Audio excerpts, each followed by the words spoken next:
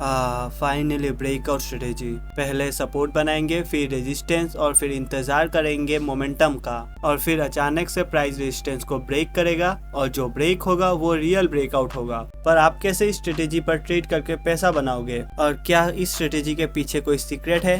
Well हाँ, और आप लकी हो क्योंकि मैं आपके साथ ये स्ट्रेटेजी शेयर करने वाला हूँ। तो चलो बिना कोई देरी के शुरू करते हैं। क्या कभी आपके साथ ऐसा कुछ हुआ है? आप सपोर्ट और फिर रेजिस्टेंस लाइन ड्रॉ करते हैं और आप इंतजार करते हैं ब्रेकआउट होने का, और जब प्राइस रेजिस्टेंस को ब्रेक करता है तो आप बहुत एक्साइटेड होकर ट्रेड में एंट्री बनाते हैं क्योंकि आपको लगता है ब्रेकआउट होने के बाद प्राइस सीधा ऊपर जाएगा।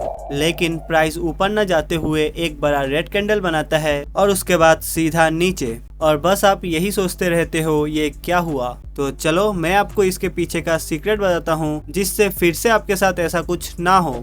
सबसे पहले जो आपको खुद से पूछना है वो है ब्रेकआउट क्या है? वेल ब्रेकआउट यही है जब हम सपोर्ट और रेजिस्टेंस लाइन ड्रॉ करते हैं और प्राइस मल्टीपल टाइम वहीं से रिजेक्शन फेस करते हुए उसे ब्रेक करता है तो हम उसे ब्रेकआउट कंसिडर करते हैं, राइट? और जब वो ब्रेक होता है तो वो काफी ऊपर जाता है, ये हमारा परफेक्ट एंट्री होता। पर यहाँ क्वेश्चन ये है कि हम कैसे इस तरह के सेटअप को फाइंड करें, क्योंकि जब मार्केट रियल ब्रेकआउट करता है तो वो एंट्री लेने का मौका ही नहीं देता। तो इसका आंसर है ब्रेकआउट पैटर्न। मुझे पता है इस चार्ट को आपने पहले भी देखा होगा, लेकिन इसमें से कुछ हाई एक्यूरेसी पैटर्न है जिसे आपको याद रखना चाहिए, जैसे कि flag, bridge, triangle, rectangle. Trader यहाँ पे सबसे बड़ा गलती ये करते हैं, वो पूरा सेम प्राइस एक्शन ढूंढते हैं जैसा उन्होंने चार्ट में देखा था, पर प्राइस बहुत रेयर ही सेम पैटर्न चार्ट में बनाता है। इसलिए चार्ट में आपको एक्जैक्ट सेम पैटर्न नहीं ढूंढना है, बस आपको कुछ वैलिड पॉइंट को नोटिस करना है जो पैटर्न से मैच हो रहा हो। अगर सच बोलूं तो इससे कोई फर्क नहीं पड़ता कि आपको कौन सा पैटर्न मिला है और उसका नाम क्या है। इससे इम्पोर्टेंट जो आपको समझना है वो ये है, इन सब पैटर्नों में कुछ न कुछ कॉमन है। प्राइस दो लेवल से रिजेक्शन फेस करता है और फिर कोई एक साइड ब्रेक करता है। जैसा कि आप यहाँ देख सकते हो, प्राइस मल्टीपल टाइम इस दो एरिया से रिजेक्शन फेस कर रहा है और ये कुछ फ्लैग पैटर्न की तरह है। पर ट्रेडर यहाँ पे ये मिस्टेक करते हैं, वो प्राइस को रेजिस्टेंस से ब्रेक होता देखकर बाय कर लेते हैं और फिर ब्रेकआउट फॉल्स ब्रेकआउट में कन्वर्ट हो जाता है, और यहीं पे ट्रेडर्स अपने कैपिटल का मोर देन 30% लॉस कर लेते हैं। तो अब मैं आपको बताऊंगा ऐसा होने से कैसे बचा जाए, जिससे हम मार्केट के डायरेक्शन में ट्रेड करके प्रॉफिट बना सके।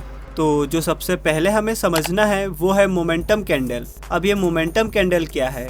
वैसे तो मोमेंटम कैंडल कई टाइप के होते हैं, पर आज हम सबसे ज़्यादा इस्तेमाल किए जाने वाले दो टाइप के मोमेंटम कैंडल को देखेंगे।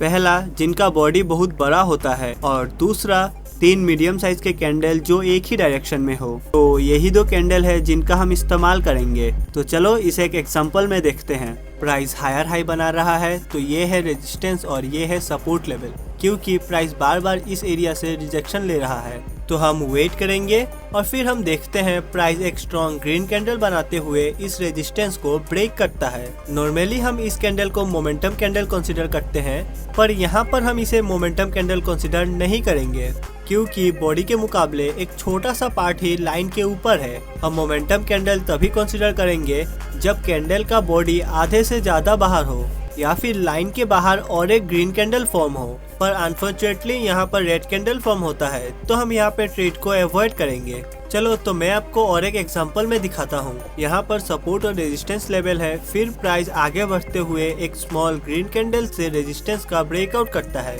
पर ये कोई मोमेंटम कैंडल नहीं है क्योंकि मोमेंटम कैंडल का बॉडी काफी बड़ा होता है। तो हम कंफर्मेशन का वेट करेंगे। नेक्स्ट कैंडल बनता है पर वो भी छोटा कैंडल होता है, और जैसा कि हमें पता है हम मोमेंटम कैंडल उसे ही कंसीडर करते हैं जिसका बॉडी बड़ा हो या फिर सेम डायरेक्शन में 3 कैंडल हो। इसलिए हम अभी भी वेट करेंगे। फिर तीसरा कैंडल फॉर्म होता है जो कि काफी बड़ा होता है, तो हम यहाँ पे एंट्री कर सकते हैं। पर अब आगे यहाँ पे 3 सिनेरियो हो सकता है। पहला, प्राइस सीधा ऊपर निकल जाए। दूसरा, प्राइस पहले रिटेस्ट करे और फिर ऊपर जाए, या फिर तीसरा, प्राइस सीधे नीचे चला जाए।